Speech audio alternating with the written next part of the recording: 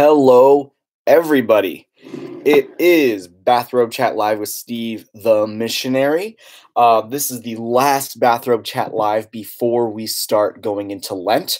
Was going to be a whole nother thing, and I'm going to talk about that later. Today, we're going to talk about what I did over the weekend. We are going to talk about the youth retreat that I led this weekend, which was a doozy. So the first... I used to lead young adult retreats for work, and for those, I would have to go back in on work on Monday to do some cleanup. And I don't know how I ever did that because today I am completely beat. I've gotten zero accomplished today. All I want to do is like drink tea and watch stupid movies. That's all I'm able to accomplish today. So we're gonna have a lot of fun here, where you see loopy, completely messy hair, unable to take care of himself. Unable to take care of himself, Steve. Hello, Sean and Rebecca. Thank you for your support. You are my rocks. I will never forget you. Thank you for being here. This retreat was and both of you are from outside the country, so this is going to be fun. This is the year 2 retreat for the confirmation of St. Bede's Church. And I know the youth minister there, and so she asked me to come along and chaperone the trip, be the adult leader for a small faith-sharing group, and to give the first talk of the weekend. So that was a lot to do, and now I'm reaping the benefits of that. And on top of that, I went in with a cold, so I was on Dayquil and NyQuil the whole weekend when I remembered to actually take NyQuil. My poor handkerchief has not recovered from all the times I've blown my nose. In America, confirmation usually involves 2 years of teaching, 2 years of training and catechism, and almost always involves 2 separate retreats, one during the first year and one during the second year. And this typically happens in the first and second year of high school. So you are confirming like 15 and 16-year-olds. That's kind of the timeline of the whole thing. Confirmation happens around 16, and you start your confirmation classes around 14. And so this retreat was full of like 16-year-olds, 15-year-olds, if they're on the younger side. I was always on the younger side of these things, so I was like 15 years old when I got confirmed. Rebecca saying, all jokes aside, I wish they did stuff like this for the youth at my diocese, but they seem thoroughly uninterested. I completely understand that. So actually, I have a lot of things to talk about, just a lot of reactions. This is all I've written it all down, and it's behind the board so that I can keep track of what I'm talking about. Whenever you come back from these retreats, from these conferences, from a long term or like a very intense amount of ministry, you come back with a lot of opinions and ideas and hot takes, more than anything else. So that's what we'll be doing today: the opinions and hot takes of Steve after coming back from a retreat with a rich kid parish. So your parish, your diocese, your individual teenager might be different, but this is what was happening while we were here. The first is the way we construct confirmation is really not conducive to the youth ministry model. And which makes sense because the youth ministry model was borrowed from the Protestants who invented it. America in particular is working off of this Catholic school model, and then they're shoving youth ministry into it, which is hilarious because like hardly any of us go to Catholic schools anymore. So what that means is youth ministry typically happens in like your teenage years, your high school years. So one is ministered to as youth while they're in high school, but they're also going to confirmation classes when they're in high school, the first 2 years of high school when they're 14 to 16, which is kind of insane because it means that it usually falls to one person. One person is in charge of both catechizing a select group of people for the specific work of being ready to receive the sacrament of confirmation, and the sacrament of confirmation carries with it very, very specific graces, very, very specific challenges and callings with it. And the second part of that job is ministering to the youth, giving in ministry to the spiritual and temporal needs of people in this neighborhood in a specific age bracket. And they are asked to do these two things at the exact same time, typically, and in the exact same job description in the exact same office, and that makes completely zero sense because for a lot of reasons. One is, um, for the teenager's mind, they equate youth ministry with confirmation. You go and get catechized, or you go and involve yourself in a ministry of the church until you get catechized or until you get confirmed. And once you are confirmed, confirmation is over. Therefore, youth ministry is also over. Your participation in the ministerial apostolic life of the church ends upon your confirmation. Hence, the graduation mentality of confirmation is right there embedded into how we built the job of the youth minister. Two, it makes it weird for people who are trying to stay involved in youth ministry because these are juniors and seniors in high school who are surrounded by 13-year-olds and 14-year-olds who have to be there for confirmation. The work of catechizing and the work of ministering to are often very, very different. So for something for as another example, a very important piece of catechesis, something that is extremely important that new Catholics need to learn, is things like the problem of suffering. How do we deal with suffering in the world when we are taught that God is all loving and all powerful and all good? That is two things. One, it is extremely personal because you are talking about suffering. And once you mention suffering, every individual person that hears it only immediately thinks about the hyper personal suffering happening in their lives. The cancer in their lives, the divorce in their lives, the death, breakup, sadness, whatever it is, that immediate pain is sort of, I guess, aroused, is sort of highlighted. And so you either have to you are dancing in this problem of, I have to minister to that suffering, but I also have to be kind of like the cold, calculated academic who has a specific piece of knowledge that we're trying to get across, namely the Catholic teaching on suffering. And that's impossible to do when the only time the problem of suffering or the topic of suffering comes up is when a teenager comes in front of the group or comes up to a youth minister with a very immediate, specific moment of suffering in their lives. That's not a time to do catechesis. That's a time to do ministry, but that's also the only available time to do catechesis. That's a recipe for disaster. So, the way we construct confirmation and youth ministry is completely bonkers in my mind. And people like my friend, the youth minister at this parish, are the ones that are caught in the middle trying to accomplish all of the things at the same time, which is a tightrope walk. It's a tightrope race, and which is why we celebrate really good youth ministers, because it's an impossible job. My response is to restore the order of confirmation and to baptize and confirm our kids when they are infants and then raise them in the faith till then. That's a little bit of a radical notion, but maybe I'll talk about it during Lent. The restored order now, which is what I constantly talk about when I'm not on the internet. So let's get some of your responses so far. Rebecca did music for her confirmation retreat pilgrimage in the diocese this year, and it was the bishop giving a talk, games and mass. It's always what it is, but I'm really excited that your bishop was there. And then a question about confirmation saints.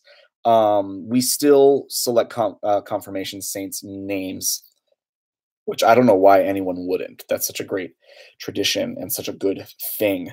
The only pre-confirmation kids come out to youth group at my church. And then Sean said confirmation is done around 12. So it looks like other countries, 12 is, or 8th grade. Hi, Alex. Is what's going on in other countries, which is a little better when you're talking about the difference between confirmation versus youth ministry, but still gives into this sort of graduation mindset.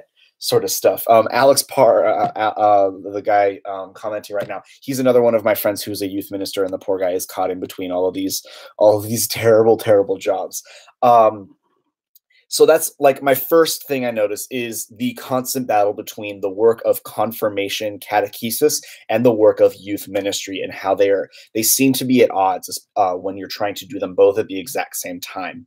So the second thing, there was a lot of talk among the teenagers in a structured and in a not structured way about various problems, wounds in people's lives, and then praying over people to ask for God's healing. And almost to a T, and as a way of basic level living in 2019 America, is divorce, is the number of children, the number of people who are the result of broken homes. And that broken home could be people who are still together, but people who are still married, but are absolutely hate each other and are never going to fix it. People who have divorced, violence in the home, all of these things. And it results in, and one student said it really well, it results in the feeling of being torn in half in these students. I'm incredibly lucky in being the product of a very stable and loving marriage and a very stable and loving family. And oh my gosh, Joseph Stottle just said that he took Pope Gregory the Great as his confirmation name. That's my confirmation name. So Joseph, congratulations to you. We picked the best name. So, there's that. People are talking about their graduation names in the comments if you want to go right now. Going back to the terrible topic of divorce. I just got a tiny window firsthand into the amount of destruction that happens in a person when their parents are not. I'm begging everyone watching this who is married or will be married to do everything you can to keep that marriage together, everything you can to keep that marriage healthy and in harmony. If you have your own baggage that needs to be fixed, go to counseling right now. If you have broken trust, earn it back or learn to trust again. Do whatever is required. If your partner is not, if your spouse is not responding to your needs, let them know that that's a requirement. If you are not the one being generous enough to your spouse, pick it up, or like I said, go to counseling to fix whatever is going on inside you that's making you stop before it happens, because the level of divorce and the disharmony in these kids' lives is messing them up in unheard of ways, or and in ways that you are not understanding that you're doing. And and my friend, the youth minister, was really talking about how it's almost like a disease that gets passed on from a home, and it's contagious. So the dysfunction within a person that they get from their dysfunctional parents stays with them as if they were contaminated, and then they give it to their children as if they have contaminated their children. And until it gets healed and cured, it will continue to spread like a contagious disease. So please, if that is you, be the one to get cured and healed so you're not contagious anymore.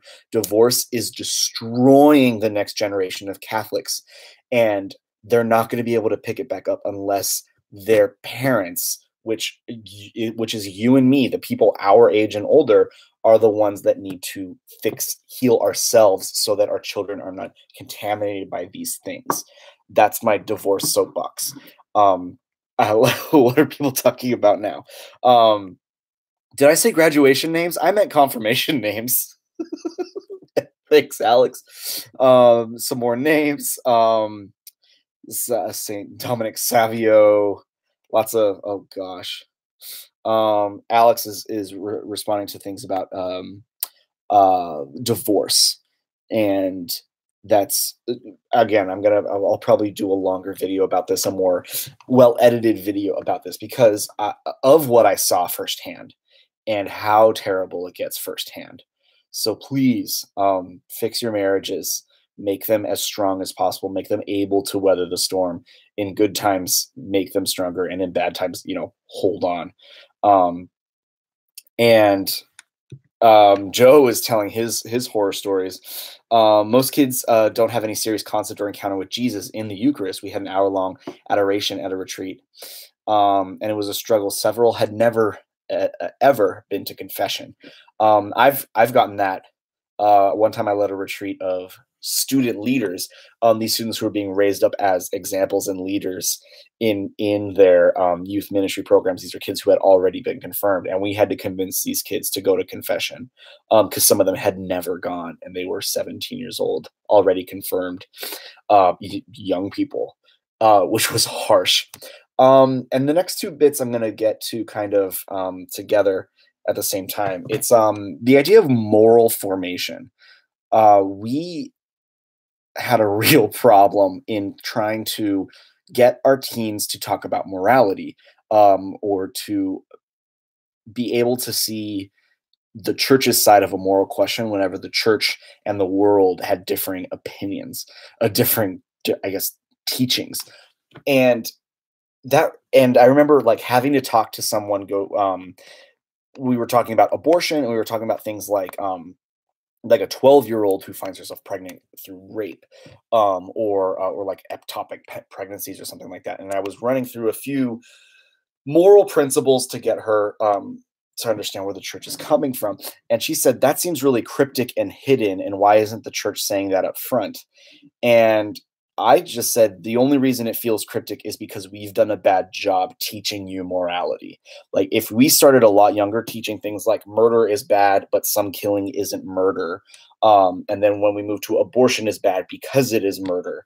And ectopic pregnancies, or removing an ectopic pregnancy is not. That's why can't we start from those two principles, and then when people learn where babies come from, can apply those principles to a new situation? That's a failure on our part in moral formation, and it shows up in how our teenagers act on retreat, and I'll get to that later. But we were really noticing a lot of lack in formation for most of these kids who had gone to Catholic school their whole life. There's a really robust Catholic school system around this parish. And so most of these kids had gone to Catholic school their whole life. They were wealthy, they were allegedly well formed, and there were still gaping holes in their understanding, and particularly in their understanding of sin and forgiveness and where God stood in all this. We were battling the idea of a point system where there are good things you do and bad things you do, and good things add points and bad things subtract points, and you need to get to a certain level before you die. And if the math doesn't work out at the moment of your death, you go to hell. And that was the mindset of these students who had gone through 9, 10 years of Catholic formation. That is absolutely absurd and inexcusable. We have a bad set of formation, even in the well endowed and the well funded and the allegedly well staffed. I think that it's a good idea to take your youth ministers from your local parish and allow them to give a speech to your elementary school religion teachers, at least once a year. And the only thing that speech is about is letting the youth ministers tell these religion teachers the things that they have had to unteach, the bad ideas that they have had to unspool from these students, so that the religion teachers know what's going on in their classroom. They know what the fruits of their labor actually are. This retreat was actually based off the Sunday gospel. You will know a tree by its fruits.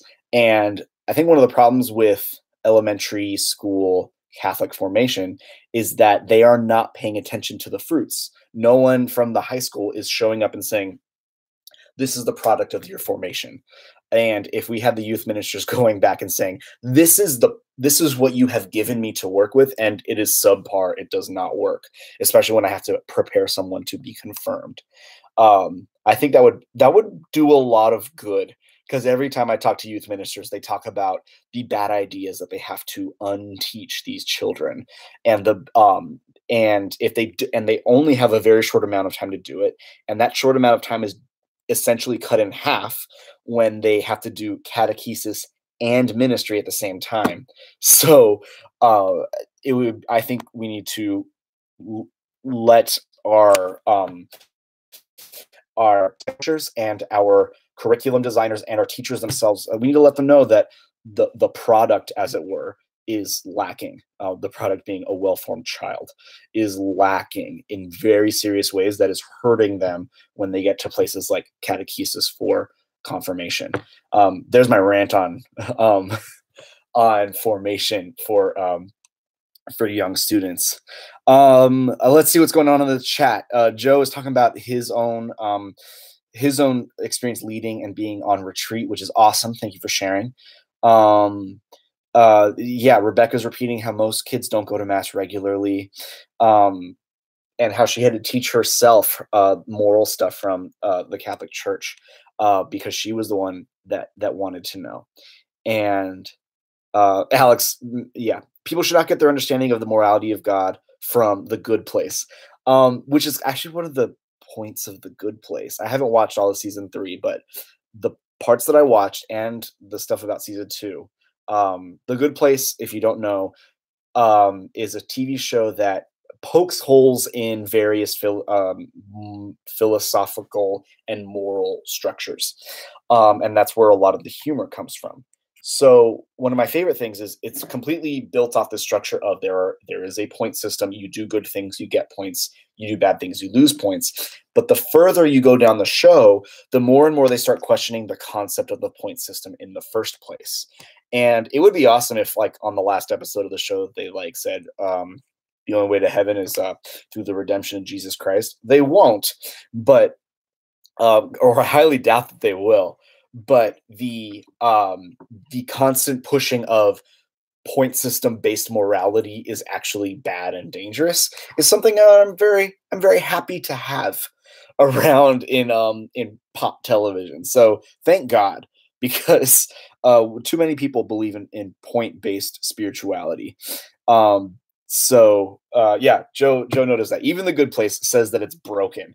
And this bad moral teaching and this bad moral formation brings me to a big question. We were having problems with these kids cussing a lot. One kid brought a condom on a retreat. We're fairly certain a couple kids snuck in alcohol.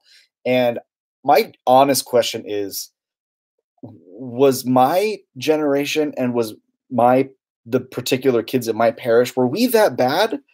Or am I remembering wrong? Or was I just that oblivious as a goody two shoes little Catholic boy?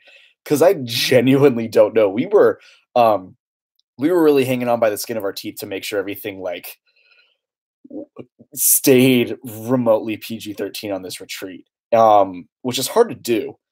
One and is required to do in good ways because of things like safe environment training. But it's always I'm going to say a very half-baked idea, especially when it comes from the adults. One of the reasons that we really curtail the way adults talk in front of children, the topics we talk about, the language we use, is because using edgy, sketchy language in front of children is a form of grooming, like is a form of grooming a child so that you can abuse them. So adults, it's a good thing for adults to, you know, watch their language, watch their mouths, and watch what topics they're talking in front of kids, because some is dreadfully inappropriate. From the kids side, I think, especially this weekend, we were pretty lax on making sure kids didn't cuss. It's almost the same thing. Kids cuss to see if they can cuss, and if you let them do that, then they try to up the ante a little bit more. And so one way to combat both the creepy adult that's trying to groom kids and the teenager that's trying to push the envelope, is you keep real strict uh, real strict guides on on what you talk about, on what is proper, and what is nice, and you really enforce that as much as you can. The problem is we're dealing with teens that watch porn. Like, we're dealing with teens that are very much accustomed to the trashiest, the most dangerous, and the most improper um, television, internet, Netflix. And so when you are keeping your event very PG rated or very PG-13 rated, like, what do you do? What do you do in order to address or help the teenagers living in an X-rated world? I don't have the answer to that, but it's something that I think about a lot when I'm attempting to help youth ministry, because especially with the older adults, they're always about making sure to not fall into impropriety of any kind. And sometimes that just comes across as ignorance. You think that the world is actually just very nice and pretty when the world is full of violence and pornography, and these kids revel in that, which is a huge problem. And it goes back to my real question is, were we as bad, or was I just oblivious?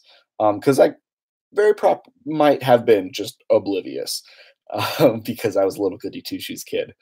Um, and then it really moves on to who we picked as teen leaders. In a lot of ways, we picked teen leaders who were the best at being proper, and slipping into impropriety as little as possible, for a 17-year-old, and people who were good at leadership. They were had hit a certain level of maturity. They had the people skills that made people listen to them, and they were organized enough to lead a group of people.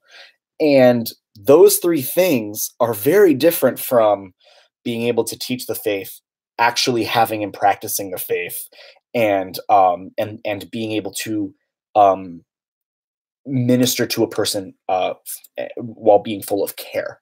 And these are the skills that we need in order to do good ministry, and these are the skills that you need in order to lead camp.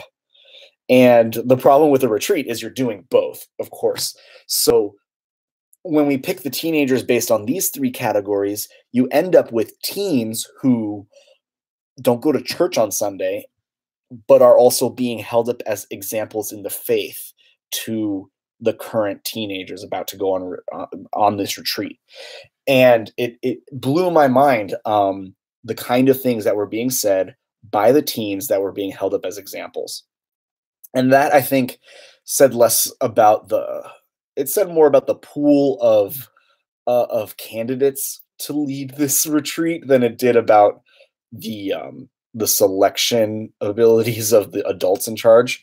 And so I was doing a lot of work all weekend just counteracting some bad ideas that were being spread by students in leadership and students who were just students who were on retreat. And this is a product of bad moral formation. Like, you either the combination of the rules-based and points-based system combined with this sort of God isn't mad, God understands if you miss mass on Sunday. We had to go over the idea of skipping mass on Sunday being a mortal sin, and I had to explain that to a bunch of kids who were, thoroughly scandalized by the concept of hell. Really hard to do, by the way. Probably why I still have a cold and I'm drinking tea right now. So yeah, these are the leaders. And in a lot of cases, I think, especially in our wealthy churches, especially the places that are kind of infected by American moral therapeutic deism, we have um, uh, a problem. It's a problem of obedience. I think people don't want to follow the rules laid down by the church because they don't see it. They don't see it as worth it. They don't see it as just. They see the example of the church that shows up in the news, and that's not a good example of the church that is currently showing up in the news. And they and so they do not trust the church or her teachings. They hardly trust God. Um, and there's little desire to be obedient or sacrificial in their Christianity. And so you cannot come to them. So they're essentially, the youth minister told me, treat these teens as if they were Episcopalians or agnostics, because that's really spiritually where they're at.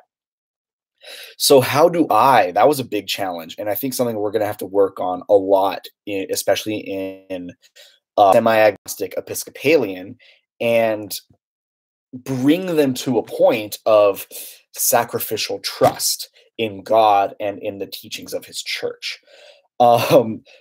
Wicked difficult. And I think the first one is to be an example of sacrificial trust. I know that when I'm around a faithful person and listen to them talk, I gain from that in faith and in moral action. When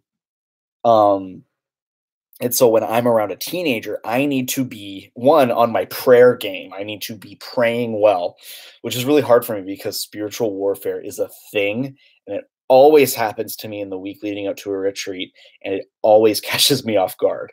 But you need to be on your prayer game. You need to be ready, very ready to talk about how and why you trust the teachings of the church.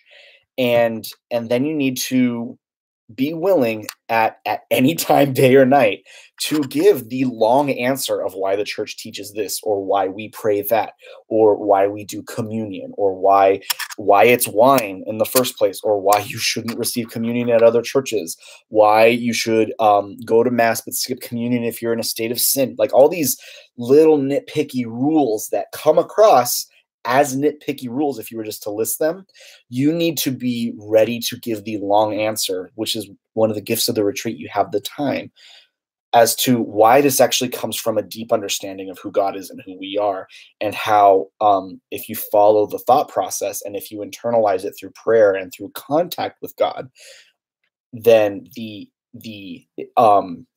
immediate temporal actions about it make more sense and actually lead to a good life. Because teenagers, or anybody in this agnostic Episcopalian mindset, will only see these as nitpicky actions of an overly scrupulous person, and with good reason. So you need to lead them through, in every case, the whole thought process.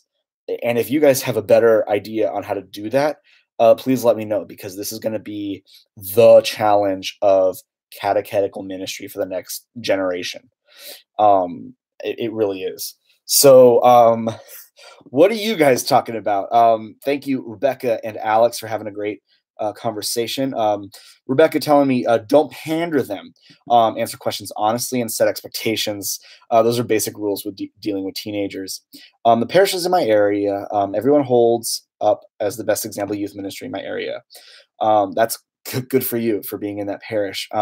It's a lot of kids attending, but those kids aren't going to mass after. Alex is mad at me for throwing shade at the Episcopalians. Ingrid, yikes. You are not the first yikes in my comment box today. Thank you, Ingrid. I understand why I have to go drink after. Did anything good happen on this retreat? Yeah, I think a lot of good happened on the retreat. One of the good things about retreats, youth ministry, and just being active in church in general is one of the best ways to ensure that a person stays Catholic, that a kid stays Catholic, or a teen stays Catholic, is putting them in contact with Catholic adults who are not members of the immediate family. When they see multiple examples of lives that are lived like this, that are lived in response to the church, their imagination starts to spark. And they say that, oh, being Catholic does not mean I have to look like my direct parents or my direct youth minister. There's in fact a lot of freedom and beauty in this. And I think the kids started to see that. They started to see some of the harder church teachings as the product of a careful examination of God's revealing himself to us, as opposed to just a knee-jerk response to people and actions that polite people regard as icky, especially things like gay marriage. I had to give a long conversation about how um, the Catholic Church's response to gay marriage is not because we think gay people are icky, but because we have had a very long meditation, a 2,000-year long meditation on what Jesus meant when he repeated the Genesis understanding of the definition of marriage. So that was fun. That was good. And on top of that, there was like, it was kind of Kairos-esque in that the second night of the retreat was very much about, crying because your parents love you and because God is trying to heal you through your friendships. So, and I think I saw a lot of that in very direct ways. We had teens being very honest about wounds in their life, and some like very personal and difficult stuff. And we watched the beginnings of healing happen from the community around them, full of love, and from prayer and God responding to these people. And I think that that's like it's a really good combination. So thank you for that question, Ingrid, because I was beating down this retreat when actually a lot of good happened. We have some response to me talking about agnostics and how people don't know who Jesus is. Teens mostly teens need the time to have contact with God, but mostly retreats are all talks. That's true. And one of the hardest things um, to do, because there's a fine line between giving a teen some elbow room to experience God in their own pace and having an unplanned weekend where teens are distracted. That's hard enough for adults, and then put 70 teens in a room and trying to get that done is even harder. Yeah, this group was about 60 teens and 10-ish leaders. So a lot of people were in this room trying to talk about Jesus. Let's see. Sean is going on a silent retreat for 5 days. I'm so excited for you. Silent retreats are my thing. I love doing it.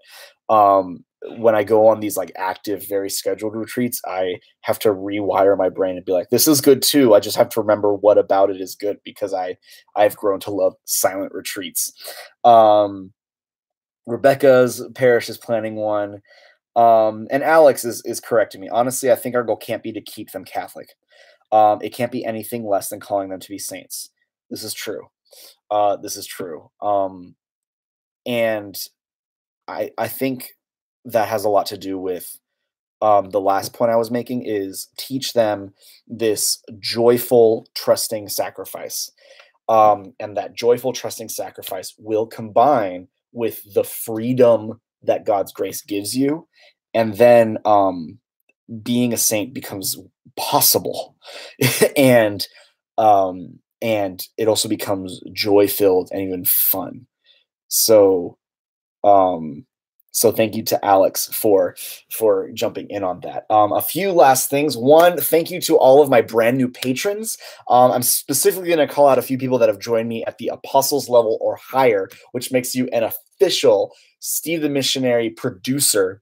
And one, fills my heart with joy and makes this way more possible, and also puts your name on the scrolling credits at the end of the video. So number one is my own mother. Thanks, Mom. I love you dearly. Thank you for everything you've done. Christina Veneracion is the next person, who my next producer. Thank you so much. I'm trying to come up with a nickname for Veneracion, or I'll Christina V, or Chris Veneracion, Creneracion. I'm gonna come up with something. But Christina, thank you so much. You mean so much to this channel, and because of you, this is going to keep going. The next is Furphy, my old roommate. In fact, the only other person on this list who has shared a home with me other than my mother. So Andrew Furphy has been an old roommate of mine, a very, very close friend, and the father of my goddaughter. So very close ties, and I love you, man. Thank you so much. And Alex, who just finished talking to me, is is supporting me in my missionary work, and at least through the rest of Lent, I'll be supporting him through his missionary work in Ohio. So you know he loves God because he's serving God in Ohio. Thank you to all of my patrons. Thank you to everything that you do. I'm going to be posting a lot on the Patreon exclusive page, especially for what I'm going to do for the next month.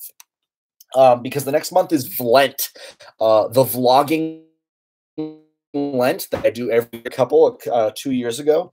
Every day of Lent, except for Sundays, I will be posting a video. Some of them will be a little bit more structured, a little bit more like a classic Steve the Missionary video, but a lot of them is going to be kind of like today, half-baked rants, conversation starters. Some of them might be just me praying. I'm going to be kind of doing a multi-day series on how to get an indulgence. We're going to be teaming up to get an indulgence for Steven Hillenburg, the creator of SpongeBob, who died last year. And I want to see him in heaven when I get there. So I'm getting him an indulgence.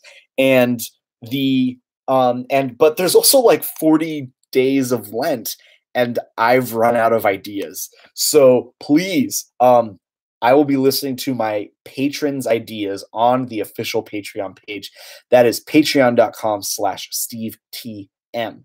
Very important page. And finally, my announcement for Lent, my vlogging Lent, where I will be posting a video every day throughout the entirety of Lent, starting on Ash Wednesday and ending on Easter Sunday. I will not be posting on Sundays except for that last day because it's a day to celebrate, and I want to post a video about resurrection.